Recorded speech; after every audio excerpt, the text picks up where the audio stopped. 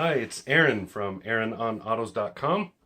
Uh, Today I want to talk about just what vehicles I've owned. A bunch of people ask me, what kind of cars have you owned over your life, and what did you think of them?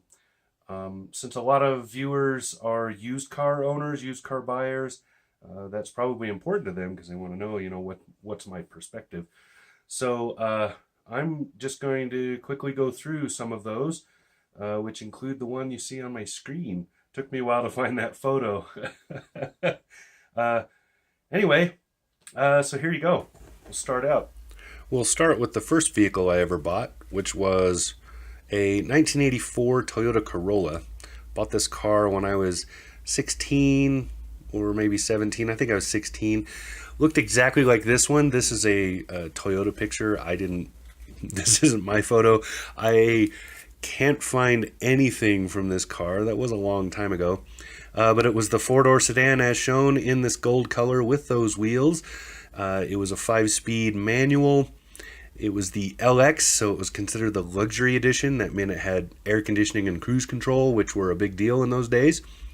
After I bought this car, I added a third brake light and about $1,200 in stereo equipment to it, and drove it for a long time. It lasted for a really long time. This was kind of the golden age of Toyota. The R-Series 4-cylinder engine there was good forever. So that was this car. One of my fondest memories as far as cars go is because I owned it for so long. And there you go. It was the best $650 I ever spent. During the time that I owned that Corolla, I also ended up with a 1973 International Harvester Travelall. Looked similar to this, not quite.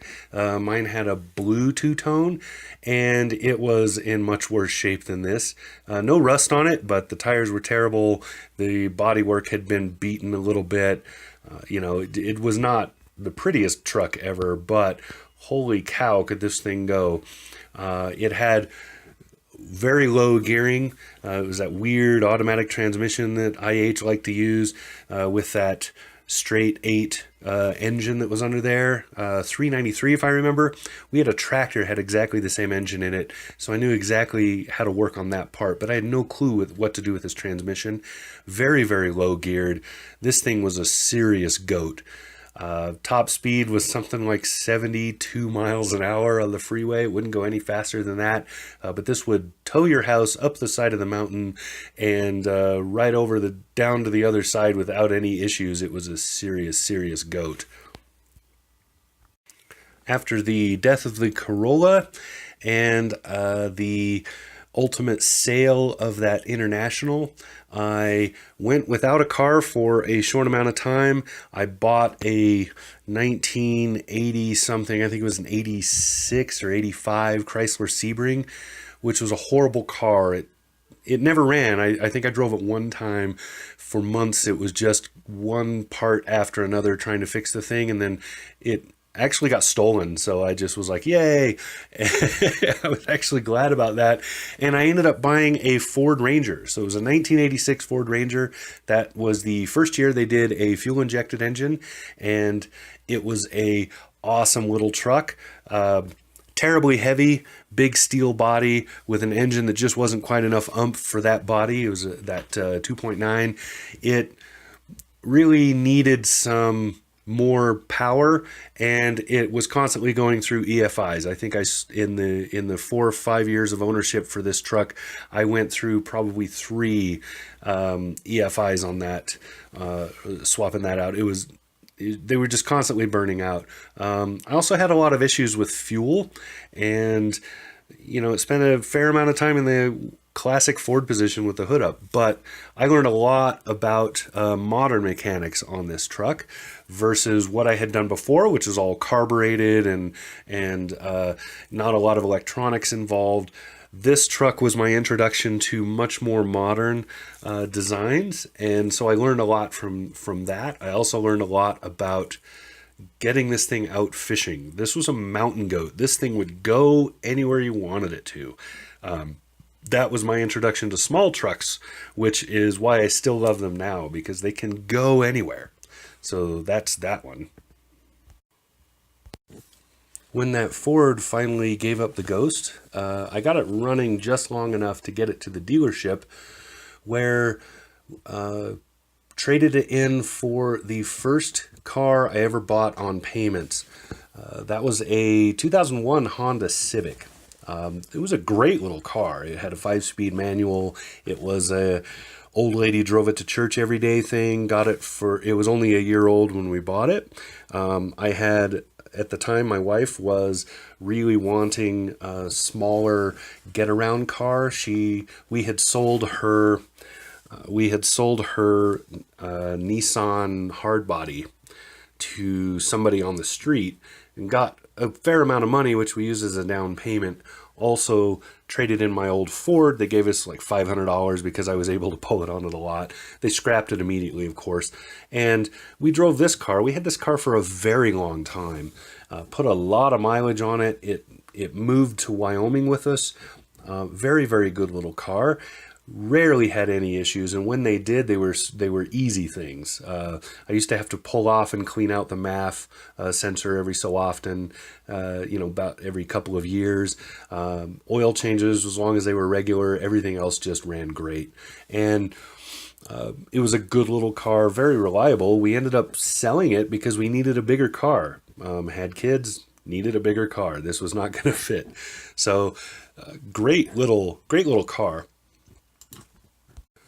Of course, I wasn't happy not having a truck. So during the time that we owned that little Honda, ended up getting a Toyota SR5 Sport. So Toyota pickup truck SR5 Sport model.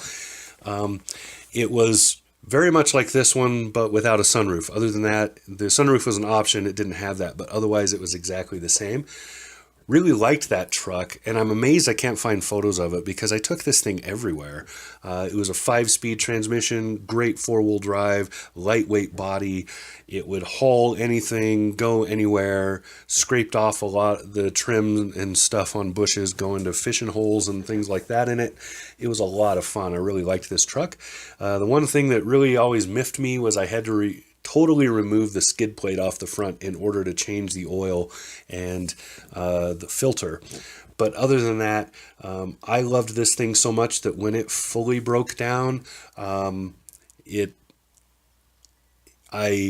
did the heads myself, pulled them off, redid head gaskets, ground the heads, put them back on. I did all of that on my own, did a full valve job, all of that stuff. Really, really liked this truck.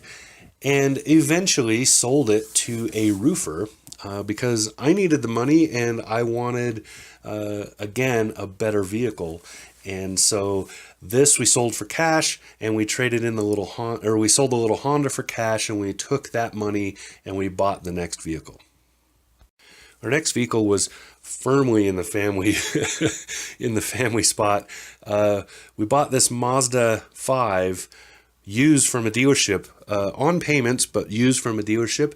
But it was this sport model. It had the sunroof. It had all the goodies. It had those beautiful wheels. It was a great little van. My now ex-wife still drives this van. This was a 2006 model. It was very underrated. These were highly underrated vehicles. They really should have sold better than they did. They were smaller than most other minivans. They were much cheaper, but they were just right sized for a family of, say, 4 people. Tons of room, lots of cargo options, and it drove fairly well for a minivan. It's still a minivan, but just a great little car, and it's easy to maintain. Didn't have any real major issues with it other than the air conditioning. And finally figured that out. It was just the high pressure tubing was that was on it was just not in good shape. After that was all swapped out, it never had a problem again. So great vehicle. Now in there, I skipped this one because I can't remember the exact time frame I owned it. I was in my 20s, so it would have been somewhere in that Ford Ranger, somewhere before the Ford Ranger, but after the Corolla, or during the Corolla, but after the big International. Somewhere in there, I spent my life savings at the time, which that wasn't really saying that much. It was like, $2,500, and bought a Jeep Wrangler. It was this Renegade model, and I put better tires on it and did a few other things with the money I had left over. And then I owned it for maybe 2 months. I don't think it was even that long. I drove it down to Moab, Utah. I was living in Salt Lake City at the time. Drove down to Moab, Utah, and promptly rolled it down a rock and into the river. Totaled it out, all gone, bummed, but that's how things are, right? Hope you liked it. That's the rundown of the vehicles that I have owned. I've also driven a lot of vehicles.